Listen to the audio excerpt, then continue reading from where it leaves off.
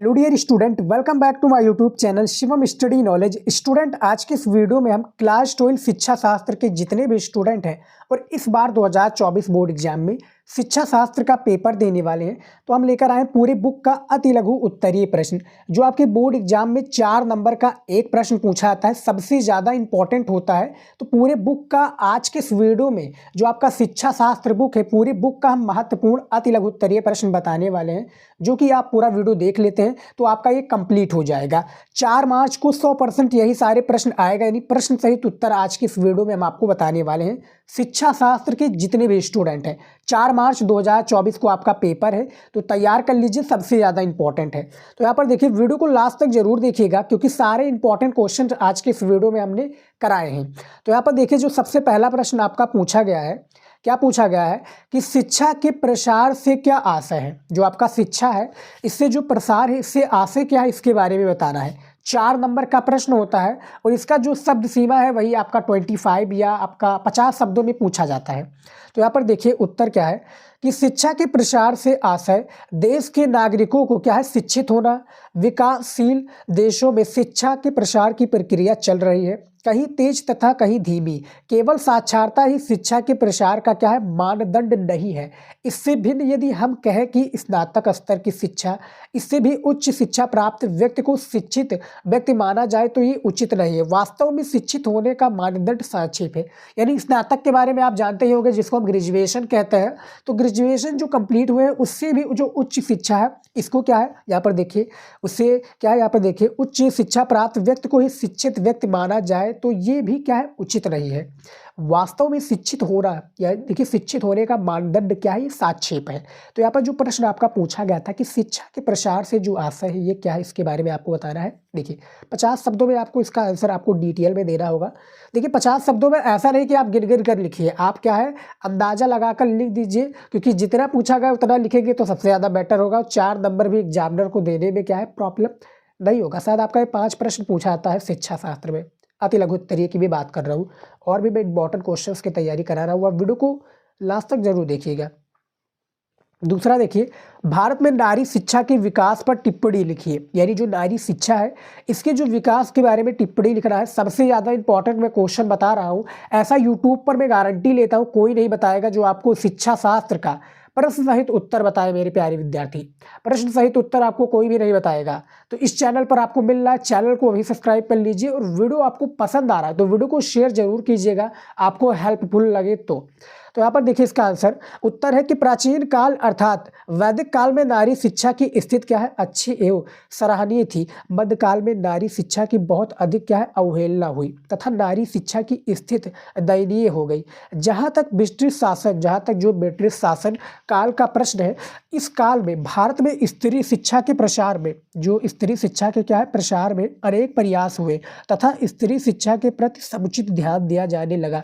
इसके उपरांत यहाँ पर देखिए, स्वतंत्रता प्राप्ति के उपरांत बालिका तथा जो स्त्री शिक्षा के विकास को विशेष जो प्राथमिकता दी जाने लगी। यही कारण है कि आज भारत में स्त्री शिक्षा की स्थिति में क्या है, बहुत ही अधिक क्या है, सुधार हुआ है।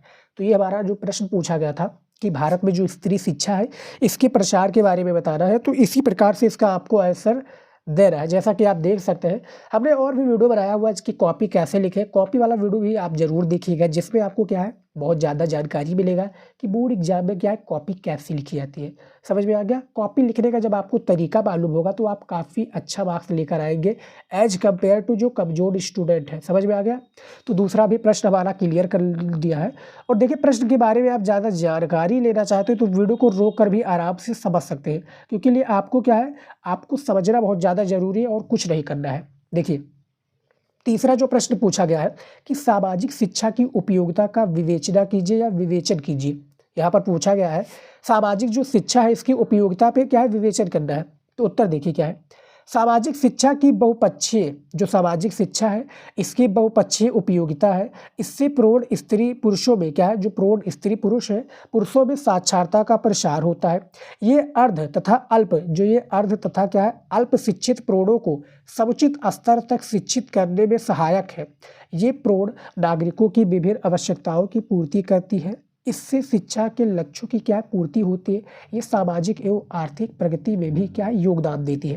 तो यहाँ पर जो आपका प्रश्न पूछा गया था कि सामाजिक शिक्षा की जो उपयोगिता है इसका विवेचन करना है, इसी प्रकार से इसका आंसर देना, जैसा कि आप देख सकते हैं कि जो इससे प्रौढ़ स्त्री पुरुषों में जो साक्षरता का प्रसार होता है, ये अर्ध एवं अल्प शिक्षित प्रौढ़ों को समुचित स्तर तक क्या शिक्षित करने में सहायक करता है सामाजिक शिक्षा। समझ में आ गया। तीसरा प्रश्न भी आप देख सकते हैं, इसी तरीके से इसका आंसर देना है। मैं प्रश्न सहित उत्तर भी बता रहा हूँ, तो वीडियो को आप क्या है, वीडियो के जितने भी क्वेश्चन इसको आप लिख लीजिए, वीडियो को रोक कर भी आप लिख सकते हैं। उसके बाद में देखिए चौथा प्रश्न, जनसंख्या की तीव्र वृद्धि के दो क्या कुप्रभावों का उल्लेख कीजिए। जो जनसंख्या की तीव्र वृद्धि है इसके दो कुप्रभाव क्या है, जो कुप्रभाव है इसके बारे में उल्लेख करना है। तो यहाँ पर उत्तर देखिए, जनसंख्या की तीव्र वृद्धि को जनसंख्या विस्फोट के रूप में क्या है जाना जाता है। यह एक गंभीर समस्या है तथा इसका जो बुरा प्रभाव क्या है जनजीवन के प्रायः सभी पक्षों पर पड़ता है। सर्वप्रथम यह स्पष्ट है कि इस स्थिति में देश के नागरिकों को क्या है मूलभूत सुविधाओं, यानी देश के जो नागरिक है इसके नागरिकों को मूलभूत सुविधाओं की अत्यधिक कमी महसूस होने लगती है। इसके अतिरिक्त तो दूसरा प्रतिकूल प्रभाव यह होता है कि देश में क्या है बेरोजगारी तथा निर्धनता की समस्याएं प्रबल हो जाती है। तो ये भैया जनसंख्या की वृद्धि के दो यानी कुप्रभाव, एक प्रकार से नकारात्मक प्रभाव भी कह सकते हैं, इसका उल्लेख किया गया है, जैसा कि आप देख सकते हैं। शिक्षा शास्त्र आप लोग एक समझते होंगे बोरिंग सब्जेक्ट है, लेकिन ऐसा नहीं है। हमने 12th में जो शिक्षा शास्त्र में हमारा काफ़ी अच्छा नंबर आया था, क्योंकि मैंने शिक्षा शास्त्र से ही पढ़ाई कंप्लीट की थी। जो हमारा सब्जेक्ट था 12th में, हमारा समाज शास्त्र, शिक्षा शास्त्र, भूगोल, हिंदी और इंग्लिश, 5 सब्जेक्ट होते हैं 12th में मेजरली। और तो 5 जो हमारा सबसे ज़्यादा जो बेटर सब्जेक्ट था वो हमारा समाज शास्त्र, शिक्षा शास्त्र और क्या है हिंदी, और जो हमारा शिक्षा शास्त्र, भूगोल, ये 4 सब्जेक्ट जो सबसे ज़्यादा स्ट्रॉन्ग सब्जेक्ट थे। और उसमें जो हमारा फेवरेट सब्जेक्ट था वो हमारा समाज शास्त्र और शिक्षा शास्त्र था। तो सबसे ज़्यादा इंपॉर्टेंट है ऐसा नहीं है। और इस वीडियो में स्टूडेंट आपको कोई भी प्रश्न पर क्या है एक प्रकार से त्रुटि नज़र आ रही है, इस प्रकार से एक आपको क्या गड़बड़ लग रहा है, तो प्लीज़ आप हमें बताइएगा कि सर इस प्रश्न का उत्तर इस तरह से होना चाहिए। क्योंकि क्या है काफ़ी बार गलती हो जाती है कंप्यूटराइज करने में, यानी इसको छापने में। उसके बाद देखिए 5वां प्रश्न कि अधिगम की प्रक्रिया में थायरॉइड के प्रयोगों की व्यवहारिक उपयोगिता का वर्णन कीजिए। जो अधिगम है, जो कि आपका चैप्टर है सीखना अर्थ एवं प्रक्रिया, बहुत ही ज़्यादा इंपॉर्टेंट चैप्टर है आपका। पहले क्या होता था, ये मनोविज्ञान में आता था, लेकिन अब पूरा शिक्षा शास्त्र में ही कर दिया गया है। तो इसका आंसर देखिए क्या है, उत्तर है कि थायरॉइड द्वारा प्रतिपादित सीखने की सिद्धांत एवं विधि की विशेष शैक्षिक उपयोगिता है। इस विधि की उपयोगिता का क्या है संक्षिप्त विवरण इस प्रकार है, यानी जो शैक्षिक उपयोगिता है इस विवरण का, वो इस विधि की उपयोगिता में इस प्रकार से है, जैसा कि आप देख सकते हैं। सबसे पहला है, इस सिद्धांत को अपनाकर, जो ये सिद्धांत है इस सिद्धांत को अपनाकर बालक को परिश्रमी बनाया जा सकता है। दूसरा है, ये सिद्धांत बालकों को धैर्य का पाठ पढ़ाता है। तीसरा है, मंद बुद्धि जो बालकें हैं इनके लिए सिद्धांत बहुत उपयोगी है। उसके बाद में चौथा है, इस सिद्धांत के आधार पर बालक जो भी क्या है सीखता है, जो कुछ भी सीखता है वो उसके मस्तिष्क में स्थायी हो जाता है, यानी एक प्रकार से फीड हो जा सकता है। जैसा कि आप लोग मोबाइल लिए हुए, मोबाइल में आपका डाटा होता है, फीड रहता है, सेम उसी प्रकार से इसमें बताया गया है। 5वां आपका गणित और विज्ञान जैसे विषयों के लिए इसका प्रयोग क्या सफलतापूर्वक किया जा सकता है। तो ये अधिगम की प्रक्रिया में थायरॉइड के प्रयोग की व्यवहारिकता, इस तरह से इसका आपको आंसर देना है। देखिए अति लघु उत्तर ये प्रश्न है, लेकिन इसमें थोड़ा बड़ा आपको आंसर लिखना पड़ेगा, क्योंकि एज ए कम्पेयर टू आप समाजशास्त्र देखेंगे, शिक्षा समाजशास्त्र देखेंगे, भूगोल देखेंगे, तो उसमें यह आपका 2 नंबर का प्रश्न होता है, 3 नंबर का होता है, लेकिन इसमें 4 नंबर का आपका सीधा प्रश्न पूछा जाता है। तो भैया एग्जामिनर आपसे कुछ चाहता है, यानी प्रश्न का उत्तर भी चाहता है, तभी आपको 4 नंबर दे रहा है, फ्री में तो देगा नहीं, वो एग्जामिनर है। समझ में आ गया। तो देखिए प्रश्नोत्तर नंबर 6 क्या पूछा गया, यानी प्रश्न 6 क्या है कि सकारात्मक, यहाँ पर देखिए प्रश्न नंबर 6 पूछा गया है, सकारात्मक प्रेरणा तथा नकारात्मक जो प्रेरणा है इससे आशय क्या है इसके बारे में बताना है।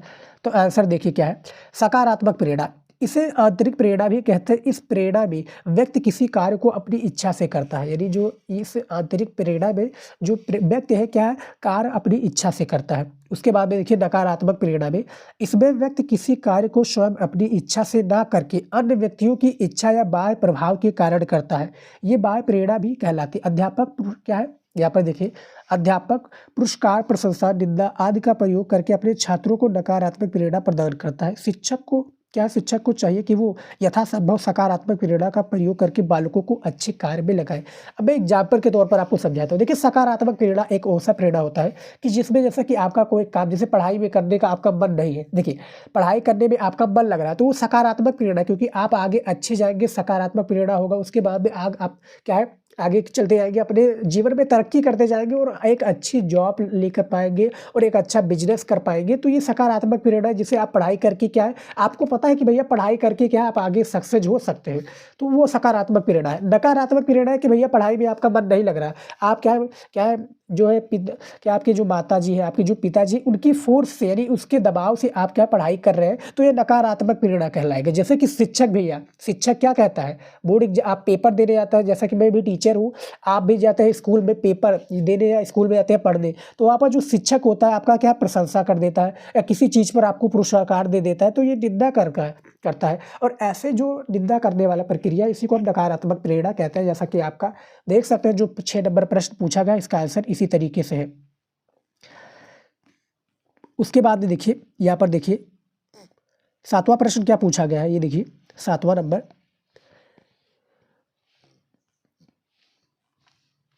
7वां नंबर प्रश्न पूछा गया है कि दंड की हानियां लिखिए। देखिए, दंड के बारे में आप तो शिक्षा शास्त्र में जानते होंगे, लेकिन दंड की जो हानियां है इसके बारे में आपको बताना है कि हानियां क्या है। देखिए, उत्तर दंड की 2 हानियां हैं। उत्तर में क्या है कि जो दंड है वो 2 हानियां है। सबसे पहला आपका प्रतिरोध की भावना यानी प्रतिशोध की भावना। देखिए, दंड आपका 2 प्रकार का होता है। जैसा कि आप भी लड़ाई करते होंगे गाँव इलाकों में या किसी भी जगह पर, आप सिटी में आप लड़ाई करते हैं, तो वहाँ पर क्या है, एक प्रकार से सिटी में आपकी एक प्रकार से बेइज्जती हो जाती है या कोई मार देता है, तो वहाँ पर आपका क्या है प्रतिशोध की भावना हो जाता है। दूसरा होता है मानसिक विकास को अवरोध करना। तो यहाँ पर देखिए प्रतिशोध की भावना में देखिए दंडित होने पर क्या है, दंडित होने पर क्या है, दंड देने वाले प्रति छात्रों में बदला या प्रतिशोध लेने की भावना प्रबल हो जाती है और अवसर पाने पर वो अपने दंड का क्या प्रतिशोध लेने की कोशिश करते हैं। मान लीजिए कि आप स्कूल में पढ़ाई कर रहे हैं, क्या है आप स्कूल में पढ़ाई कर रहे हैं, किसी क्वेश्चंस का आपने जवाब नहीं दे पाया और सर ने या आपके टीचर ने आपको डंडा से या एक प्रकार से स्टिक से मार दिया, आपको क्या है दंड दे दिया, तो वहाँ पर क्या है एक प्रकार से आपको प्रतिशोध की भावना आ जाती है कि बाहर मिलेंगे तो हम इनसे बात कर लेंगे, बाहर मिलेंगे तो हम इनको भी क्या एक प्रकार से होता है ना, तो उसी प्रकार से प्रतिशोध की ये भावना होती है। समझ में आ गया, तो प्रतिशोध की भावना है। दूसरा मानसिक विकास में अवरोध। मानसिक विकास में अवरोध क्या है, ये देखिए कि अधिक क्या है कठोर दंड देने पर छात्रों में असंतोष की भावना उत्पन्न होती है और उनका मानसिक विकास का अवरुद्ध हो जाता है। यानी आप कठिन क्या है एक प्रकार से दंड 2 प्रकार के होते हैं, जैसा कि यहाँ पर बताया गया है, मानसिक दंड, यहाँ पर देखिए मानसिक विकास का अवरोध। दूसरा है प्रतिशोध। प्रतिशोध वाले में होता है कि भैया हम भी देख लेंगे, आपने मुझे मारा है, हम भी आप बाहर आएंगे, हम उनको देख लेंगे। और जो मानसिक विकास होता है, मानसिक में होता है कि आप किसी चीज़ पर मार दिए तो उस पर ठेस हो गई, यानी उनके दिमाग में ठेस हो गया, वो आगे क्वेश्चंस को नहीं पढ़ पाएगा और उसका जो दिमाग है उसका वृद्धि नहीं हो पाएगा, तो ये आपका मानसिक विकास में अवरोध होता है। समझ में आ गया है। उसके बाद में देखिए 8वां क्वेश्चन कि मानसिक स्वास्थ्य विज्ञान के क्षेत्र का उल्लेख कीजिए। जो आपका मानसिक स्वास्थ्य विज्ञान है इसके क्षेत्र में आपको क्या है उल्लेख करना है। आंसर है कि मानसिक स्वास्थ्य विज्ञान का क्षेत्र अत्यधिक व्यापक एवं विस्तृत है। अत्यधिक क्या है, व्यापक एवं विस्तृत है। मानसिक स्वास्थ्य विज्ञान का अध्ययन क्षेत्र संपूर्ण जीवन है। क्षेत्र क्या है, संपूर्ण जीवन है। व्यवस्थित अध्ययन के लिए मानसिक स्वास्थ्य विज्ञान के अध्ययन क्षेत्र को 3 भागों में क्या है बांटा जा सकता है। ये भाग या क्षेत्र हैं। सबसे पहला आपका सामान्य व्यक्तियों के क्या है मानसिक स्वास्थ्य का अध्ययन, दूसरा है मानसिक रोगों एवं रोगियों का अध्ययन, तथा तीसरा जो आपका पूरे समाज का अध्ययन। जो हमारा 8वां प्रश्न पूछा गया है कि जो मानसिक स्वास्थ्य, यहाँ पर देखिए क्या पूछा गया है कि मानसिक स्वास्थ्य विज्ञान के क्षेत्र का उल्लेख कीजिए। ये 3 प्रकार का क्या एक प्रकार से भाग या क्षेत्र होता है, जैसा कि आप देख सकते हैं। इन्हीं तीनों के बारे में ऐसे आपको लिखना है। कॉपी वाले में हमने बताया कि कैसे इसका प्रश्न का उत्तर देना है, जो आपका नंबरिंग वाला होता है। जैसा कि यहाँ पर नंबरिंग वाला आपका आंसर दिया हुआ है, ये देखिए जैसा कि ये आपका 1 नंबर दिया हुआ है, फिर 2 नंबर दिया हुआ है, फिर 3 नंबर दिया हुआ है। तो जो नंबरिंग वाला होता है इसका आंसर आप लिखने में क्या है एक प्रकार से कैसे लिखा जाता है, एग्जामिनर कैसे पॉजिटिव पॉइंट इसमें देखता है, सबसे ज़्यादा वो मैटर करता है और उससे ही आपको 4 में 4 नंबर पूरी मिलता है। समझ में आ गया। उसके बाद में देखिए 9 नंबर क्वेश्चन क्या पूछा गया है, बुद्धि अमूर्त चिंतन की योग्यता स्पष्ट कीजिए। जो बुद्धि अमूर्त चिंतन है इसकी योग्यता आपको क्या है स्पष्ट करना है। आंसर में देखिए क्या है कि बुद्धि की अवधारणा को स्पष्ट करते हुए कुछ विद्वानों ने बुद्धि को अमूर्त चिंतन की योग्यता के रूप में क्या प्रस्तुत किया है। यानी जो बुद्धि की अवधारणा को स्पष्ट करते हुए जो शिक्षा शास्त्री है अमूर्त चिंतन की योग्यता को क्या है रूप में प्रस्तुत किया है। इन विद्वानों में मुख्य क्या है विनय तथा टर्मन, यहाँ पर देखिए इन विद्वान जो है विनय तथा टर्मन जी है, यहाँ पर देखिए टर्मन। इन विद्वानों को मानना है कि किसी भी प्रस्तुत होने वाली समस्या को समझने के लिए उसके विषय में चर्चा करने के लिए तथा अंत में क्या है अभिष्ट निर्णय पर पहुंचने के लिए निश्चित रूप से बौद्धिक योग्यता की आवश्यकता होती है। निश्चित रूप से क्या होती है बौद्धिक आवश्यकता की क्या एक प्रकार से आवश्यकता होती है। तो यहाँ पर किसी भी निर्णय को लेने के लिए जैसा कि आप पेपर में जाने आते हैं पेपर में आते हैं तो वहाँ पर एग्जामिनर आपकी कॉपी चेक करता है, क्या एग्जामिनर आपकी कॉपी चेक करता है, वो निर्णय तुरंत नहीं ले लेता कि भैया ये फेल है ये पास है। वो पहले क्वेश्चंस को देखेगा, इंप्लीमेंट करेगा कि भैया आपने क्वेश्चन का आंसर दिया है, जब उसको लगेगा कि भैया आपने कुछ लिखा ही नहीं है तब वहाँ पर फेल करेगा, वो सीधा निर्णय पर नहीं आ जाता। अब आप जाते हैं क्या है आप क्या है कोर्ट में जाते हैं, वहाँ पर आप केस लड़ते हैं तो वहाँ पर तुरंत निर्णय नहीं सुनाया जाता, वहाँ पर पूरा रिसर्च किया जाता है कि भैया क्या क्या आपने किया है, गड़बड़ किया क्या है, आप सही कौन है गलत क्या है, तब फिर निर्णय सुनाया जाता है। सेम इसी प्रकार से इसमें भी है, समझ में आ गया। उसके बाद में देखिए 10 नंबर प्रश्न, 10 नंबर प्रश्न क्या है ये देखिए, क्रियात्मक प्रशिक्षण परीक्षण क्या है इसके बारे में बताइए। इसका आंसर देखिए, छात्र छात्राओं की उपलब्धि परीक्षण के लिए क्रियात्मक प्रशिक्षणों को भी अपनाया जाता है। इन परीक्षणों के लिए यहाँ पर देखिए इन परीक्षणों के अंतर्गत विषय में संबंधित कुछ कार्यों का यथार्थ रूप से क्या करवाया जाता है तथा परीक्षणदाता द्वारा किए गए कार्यों को देखकर उनके क्या ज्ञानार्जन का समुचित मूल्यांकन कर लिया जाता है। क्रियात्मक प्रशिक्षणों या देखिए परीक्षणों के अंतर्गत विषय में संबंधित कुछ प्रश्न मौखिक रूप से भी पूछे जाते हैं, स्पष्ट रूप से देना क्या है आवश्यक है, तो ये क्रियात्मक प्रशिक्षण है, समझ में आ गया। उसके बाद में देखिए यहाँ पर 11 नंबर प्रश्न क्या पूछा गया है, देखिए बहुत ही ज़्यादा इंपॉर्टेंट क्वेश्चन है। शिक्षा शास्त्र के आप स्टूडेंट हैं तो वीडियो को एक बार जरूर शेयर कर दीजिए अपने दोस्तों के पास ताकि उन्हें भी हेल्प हो सके, और ऐसा ही आप वीडियो पाना चाहते हैं खासकर शिक्षा शास्त्र का तो आप नीचे कमेंट कीजिए, हम आपको पूरा वीडियो प्रोवाइड करेंगे।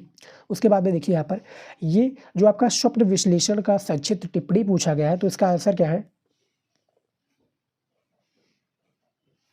इसका आंसर है कि ये क्या है मनोचिकित्सा की एक महत्वपूर्ण विधि है। मनोविश्लेषण क्या है मनोविश्लेषणवादियों के अनुसार स्वप्न मन में क्या है दसित भावनाओं को उजागर करता है। इस विधि के अंतर्गत व्यक्ति अपने क्या है स्वप्नों को जो व्यक्ति है अपने स्वप्नों को नोट करता जाता है और क्या परीक्षक उसका विश्लेषण करते क्या परीक्षण उसका विश्लेषण करके व्यक्ति के व्यक्तित्व की व्याख्या प्रस्तुत करते हैं। देखिए जो आपका 12 नंबर प्रश्न पूछा गया है व्यावसायिक निर्देशन से आप क्या समझते हैं, सबसे ज़्यादा इंपॉर्टेंट क्वेश्चन है आपका शिक्षा शास्त्र का। यहाँ पर देखिए व्यक्तिगत जो विभिन्नताओं को दृष्टिगत रखते हुए अनुकूल व्यवसाय चुनने में इसमें चुनने में व्यक्ति की मदद करना व्यावसायिक निर्देशन का कार्य है। इसके अलावा क्या है नियोक्ता के लिए उपयुक्त व्यक्ति को तलाशने का कार्य भी इसी के अंतर्गत आता है। व्यावसायिक निर्देशन के अर्थ को क्रो ने इन शब्दों में स्पष्ट किया है। क्या है व्यावसायिक निर्देशन की व्याख्या समानता उस सहायता के रूप में क्या है की जाती है। तो यहाँ पर देख सकते हैं जो हमारा 12 प्रश्न था शिक्षा शास्त्र का हमने बता दिया है, सारे इंपॉर्टेंट क्वेश्चंस को बता दिया है जो कि आपका चैप्टर 1 से लेकर यहाँ पर देखिए चैप्टर शायद 13 तक क्वेश्चन था हमने ऑलरेडी, क्योंकि आपके जो चैप्टर है आपके 26 चैप्टर है शायद 26 चैप्टर है आपके शिक्षा शास्त्र में, तो उसके जो हमने चैप्टर 1 से लेकर 13 तक जो है हमने कंप्लीट करा दिए थे एक और वीडियो में, और हमारा अब आ गया चैप्टर 1 से लेकर चैप्टर 13 तक और भी इंपॉर्टेंट क्वेश्चन जो कि हमने इसमें बता दिया सबसे ज़्यादा इंपॉर्टेंट क्वेश्चन है। तैयार कर लीजिएगा, आपकी तैयारी को क्या है एक नेक्स्ट लेवल लेकर जाएगा। तो यहाँ पर देखिए शिवम स्टडी नॉलेज चैनल को आपने सब्सक्राइब नहीं किया तो कर लीजिए ऐसे वीडियो पाने के लिए, समझ में आ गया। तो इस वीडियो में स्टूडेंट इतना ही था, आई होप कि आज का वीडियो आपको पसंद आया होगा। पूरा वीडियो आपने देखा होगा तो इसमें काफ़ी कुछ आपको सीखने को मिला है, लिटरली मैं बता रहा हूँ काफ़ी ज़्यादा इंपॉर्टेंट क्वेश्चन से तैयार कर लेंगे तो बोर्ड एग्जाम में यही सारे प्रश्न आएगा। और वैसे भी मैं मॉडल पेपर ज़्यादा से ज़्यादा तैयार करा रहा हूँ तो आप भी तैयार कीजिए। तो इस वीडियो में इतना ही, मिलता है नेक्स्ट वीडियो में। जय हिंद।